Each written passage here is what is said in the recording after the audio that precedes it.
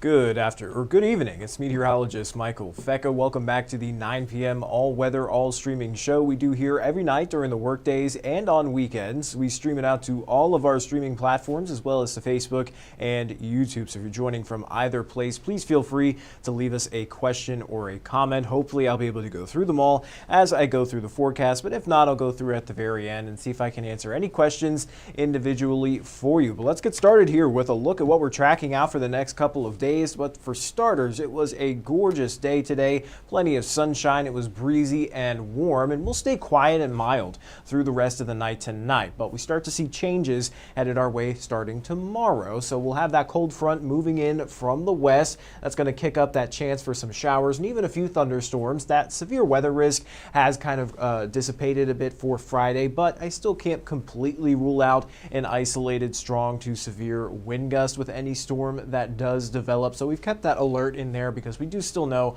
a lot of people have outdoor plans headed into the weekend, especially on Friday, maybe even in the afternoon. So you may have to keep a close eye on the sky for any showers or storms that move in. But overall, the severe weather threat not as great as what we're expecting to move in on Monday. That threat continues to increase, especially compared to what we were showing you just yesterday. So I'll talk all about that and more. But let's start off with what's going on out there across the country right now. That cold front sweeping across the central and northern plains is kicking up a round of severe weather just off to our west. So now we're seeing some severe thunderstorm warnings and even some tornado warnings across portions of southern Iowa, northwestern Missouri. That stretches back through areas of Kansas and into northern Oklahoma. This is the same system that will be moving towards us tomorrow, but luckily the storms will be weakening by the time they get into the tri-state. So not too concerned with that severe weather threat tomorrow, but we still have that alert in there in the event anyone's going to be doing anything outside. You definitely want to keep a close eye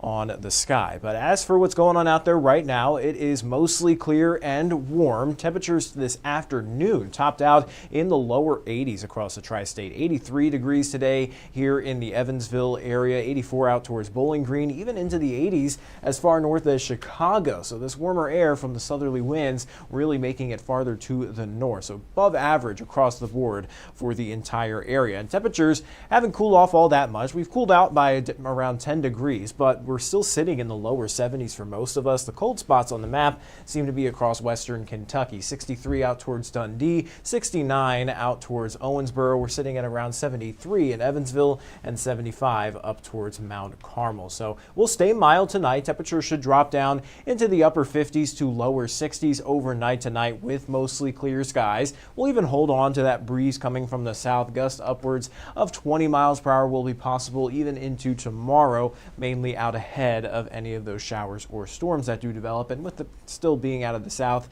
temperatures should climb back up into the upper 70s. So let's get a timeline on what we're looking at here through tonight and into tomorrow. So staying dry tonight and even into very early tomorrow morning, but by the mid to late morning hours, we'll start to see some of that shower activity pushing into areas of southern Illinois. And you'll notice that line just kind of falls apart here as it moves into the heart of the tri-state. So we could start to see some of those showers, maybe even a few rumbles of thunder by around 11 o'clock noon tomorrow in the Evansville area and along I-69. And there is that chance that with the daytime heating, if any of those lingering or decaying showers are still within the tri-state, that they could get re-energized a bit with that daytime heating and take advantage of that and maybe even pop up into a few thunderstorms. So that's why we still hold on to that very, very low risk for an isolated strong to severe storm. But widespread severe weather certainly not expected through tomorrow. Most of us will just escape with ordinary thunderstorms or mostly just showers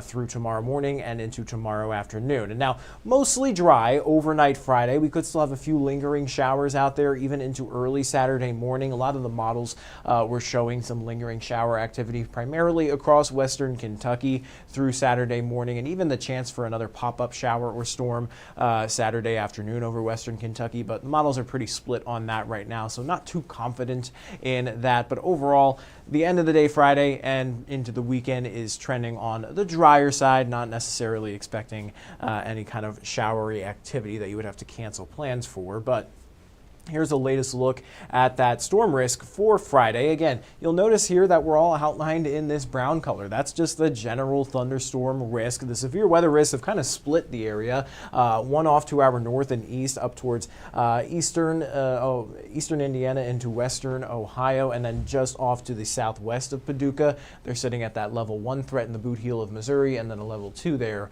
across portions of Arkansas. Yesterday, we were all kind of highlighted in that level 1 risk, and that was kind of pulled earlier today. So we've been downgraded there for Friday, but we'll still hold on to that alert tomorrow. Now, I do really want to pull more focus towards that severe weather threat on Monday because it is increasing. We had that upgrade earlier today.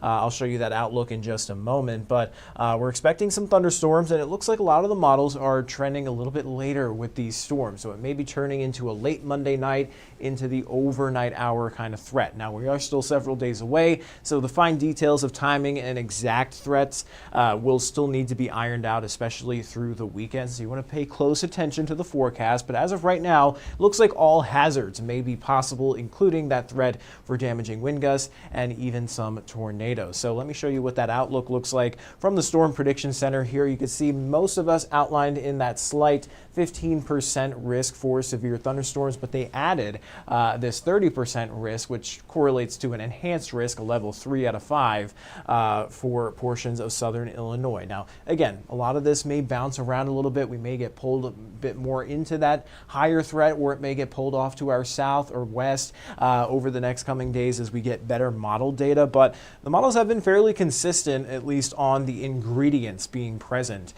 for that severe weather to emerge on Monday. So it is going to be something we continue to monitor very closely. But let's take a look at just one of the models here. This is the European model.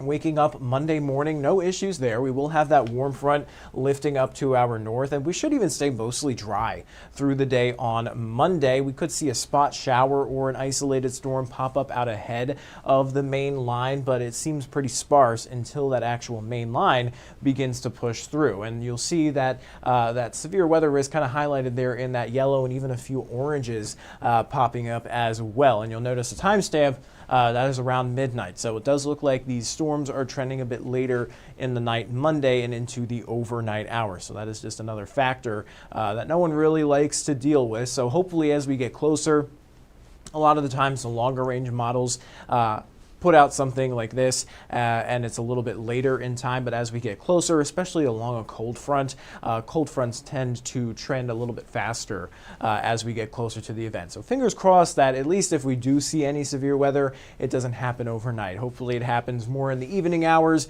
and then maybe into the late night hours, but not overnight when everybody's trying to sleep. So that's something we'll be monitoring closely. We know that's a lot of people's concerns, is whether or not they get to go to bed Monday night and, you know, have a normal night's sleep. So at this point, it's still a little bit uncertain, but the models are trending a bit later. So keep that in mind as you kind of prepare yourselves for any kind of severe weather threat. We've kind of been lucky so far this season. You know, we've had a couple of these, you know, marginal to slight risks, but a lot of them really haven't panned out the way we've been expecting. So this is definitely something we're going to watch closely here. So I want you guys to still be prepared. Make sure you guys know where your safe places are. Make sure you have a way to receive warnings in case one is issued. And of course, you want to make sure you're tuning into us, especially on the day of the event.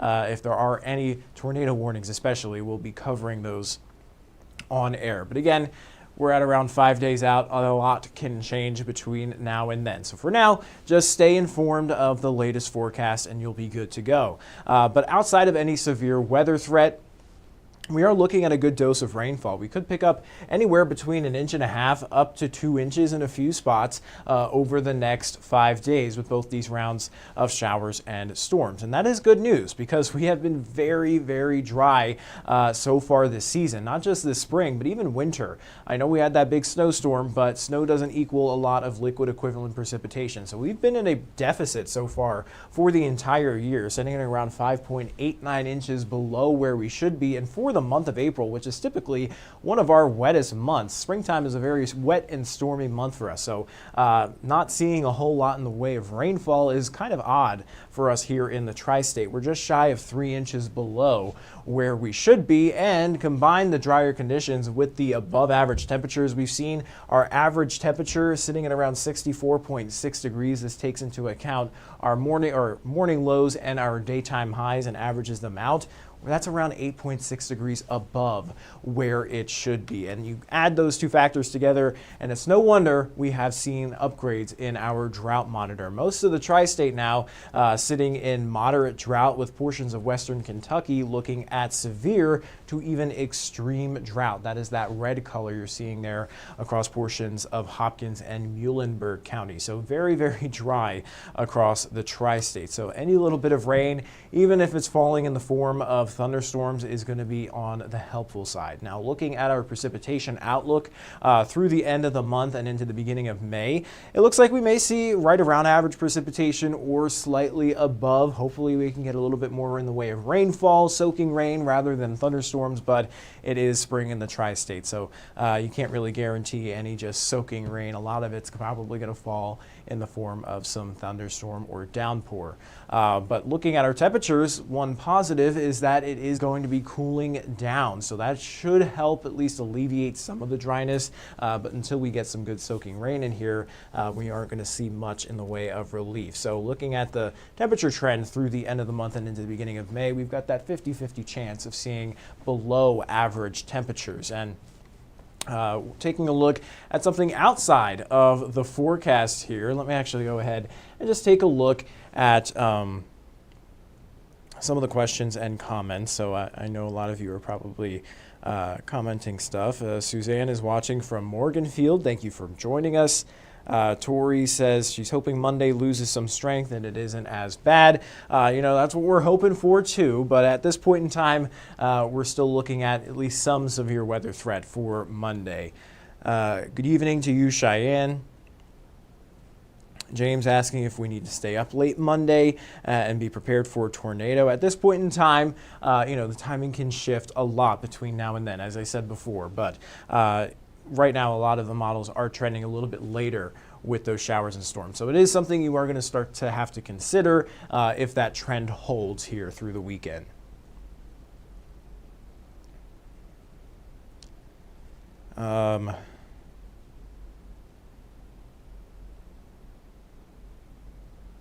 Cheyenne asking how bad our tornado risk could be.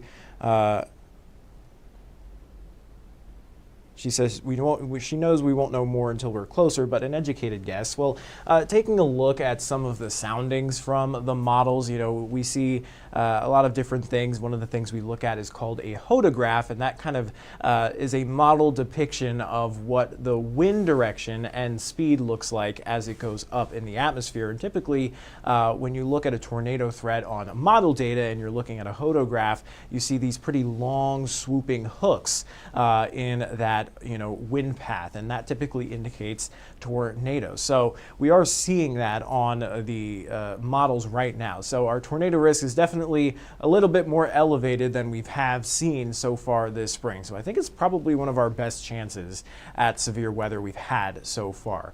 But again, we are still far away and a lot can change, and I know that you know that. Amber says she gets up at 4 a.m., so that would work for her. Well, it would be definitely a rude awakening that early in the morning if those storms stayed that late.